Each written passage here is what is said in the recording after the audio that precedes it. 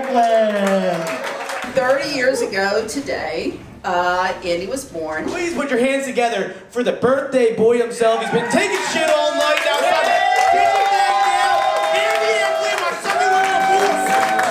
Guys, give it up for yourselves for staying out so late on a Thursday night. I don't even recognize this place. I came in and I saw all these people, and the first thing I thought was, oh God, Cody lost his mom now too.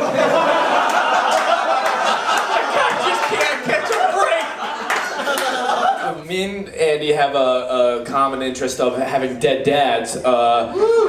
Mine was alive though. Still for a little bit. Guys, my mom somehow put this together, having zero knowledge of Facebook. I don't understand it. Andy was always trying to be helpful growing up. He realized his parents had some deficiencies, also in the on-time department. So one day, Christmas, his dad and I opened up matching Franklin day planners from Andy, so we could all be on time. Give it up for my brother who came out tonight. That is a big deal to me. My brother is very near and dear to my heart, mostly because so much of my bits are, really just inspired by having a sexy older brother. How do you know, sir, him? We have sex once a week. Once a week? Yeah! Wow. We don't... That's his brother? What happened? Why are you so, fit? I know my mom is really here just getting a head count for the funeral.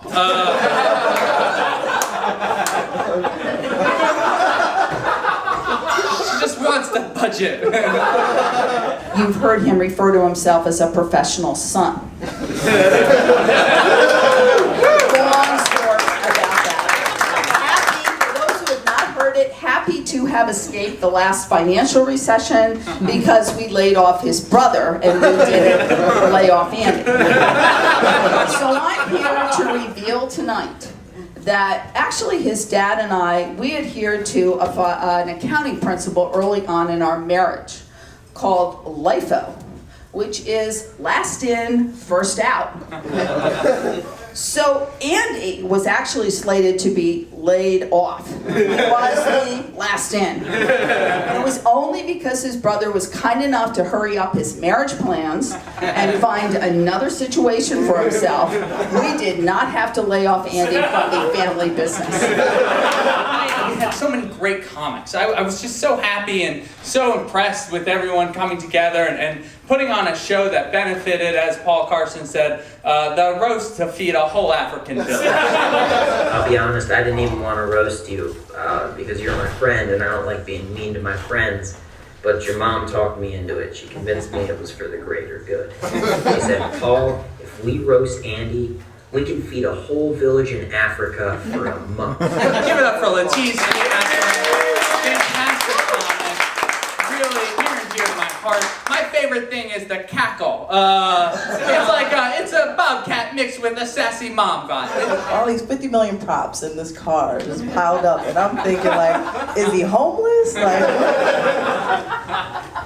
And then come to find out he actually was, and that's why he was moving back to his mom's house. Comics such as Pete Eckenroth. You got to see him do a Killer Elmo impression, and if there's nothing you can't tell, is that he doesn't not look like somebody who could put his whole hand up a puppet every day for a day. Guys, give it up for Billy Strange. Billy Strange has the warmest touch when it comes to people. It's just something so special. Whenever I'm at an open mic and Billy comes up to be near me, and I realize instantly he has the upper strength, he has the upper body advantage, I just think to myself very quietly that I can't move, and this must be what prison feels like. Bill, are you familiar with needle play? Nobody knows promo and marketing better than Brian Isley. I mean, he has more t-shirts than a Walmart store with his fucking name on it. On this though, Andy laughs at everything. I remember when I first met him, I was like, hi, my name is Brian Isley. He's like,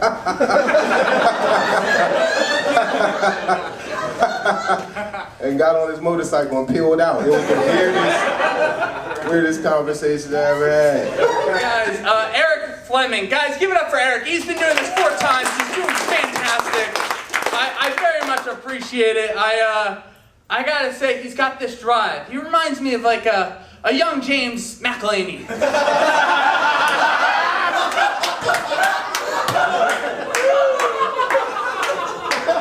Just think, a year from now, you could also be hosting a roast for a nobody. So I just screamed out, Mary Patrick Fleming in 3rd! Give it up for Dan Madden. I really, oh God, think so highly of him.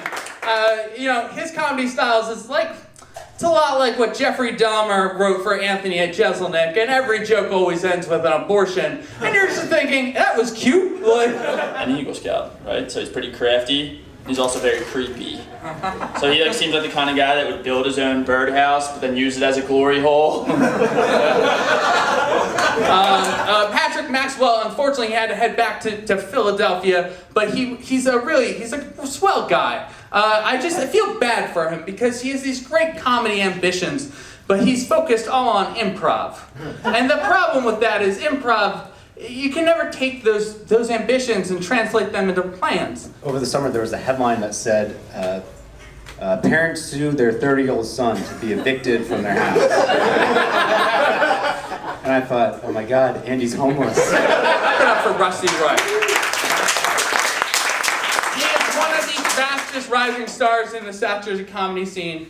And no matter whether it's on the stage or off the stage, nobody is getting higher than Rusty. There were only 2 places I've ever felt safe, that I'll ever trust.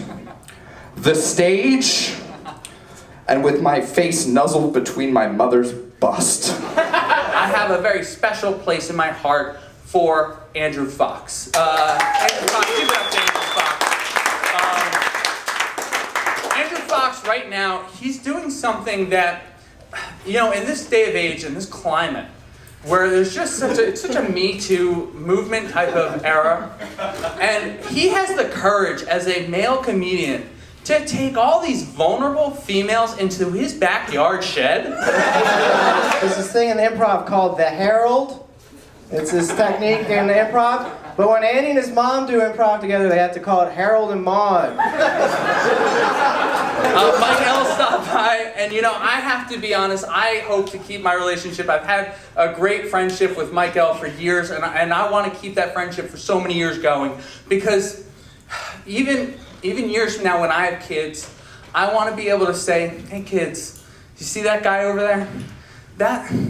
That's what a Spanish drug dealer looks like. Andy has a demeanor of a mall Santa with the same determination to get as close to your children as possible. Guys, could you give it up for our first half host, James McElhaney?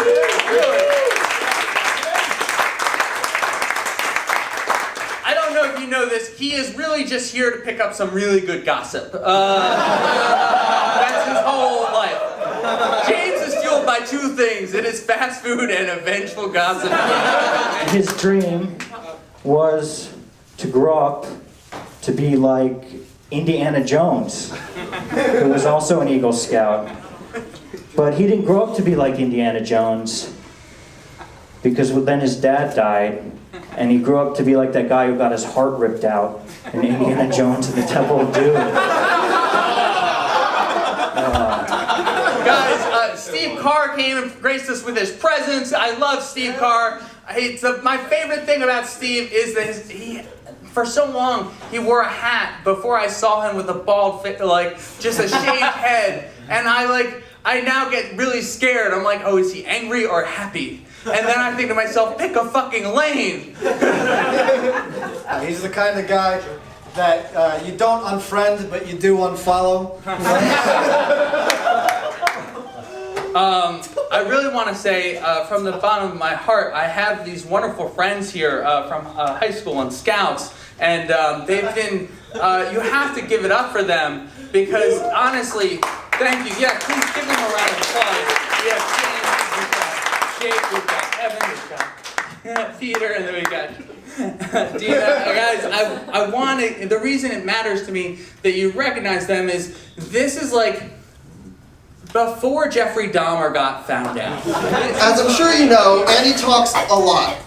One time, our friend Peter was talking to him on the phone. Peter put the phone down. He came back an hour later and was still talking. I'm getting a little bit emotional now, just because right now I have to say I really am touched by everyone coming out tonight and celebrating this birthday. This is by far my most memorable and fantastic birthday, and thank you so much. Thank you very much for coming out tonight, and I really appreciate it. I'd like to say that this room is just like this every Thursday, so you want to come back. Guys, thanks so much. Everyone loves you. I'm going to say something that'll make you more uncomfortable than any jokes. On a serious note, you're a really great friend, and we're all really lucky to have you, so thanks for being with us. I was like, Andy, you're really cool. You're a cool guy. Andy's such a nice guy. I don't know what the fuck Andy is. I just heard there was some free shit popping tonight. Like, Your comedian friends love you. You're the only person that no matter how bad I'm doing, I can hear you laughing in the background. And that means a lot, man, you know, it really does. Andy's a good friend. I love Andy. Very nice guy, one of the first guys I met in comedy, which seems to be everyone's first thing. It's been great knowing you for these past 3 years. Seriously, yo, Andy, you're the fucking boy, my dude. But Andy, you really are the nicest guy in comedy. I have to say that. I love him to death. He's the glue that holds the Starving Naked crew together and brought me out of retirement. I love you, Andy. Happy birthday. Your mom loves you. So Andy is not only, he's polite, he's kind, he's very generous. Your dead dad loves you.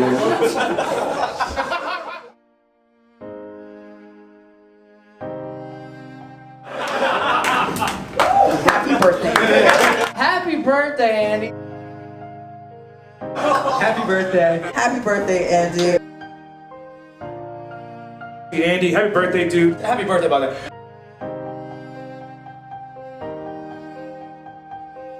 Happy birthday, Andy. Happy birthday, Andy.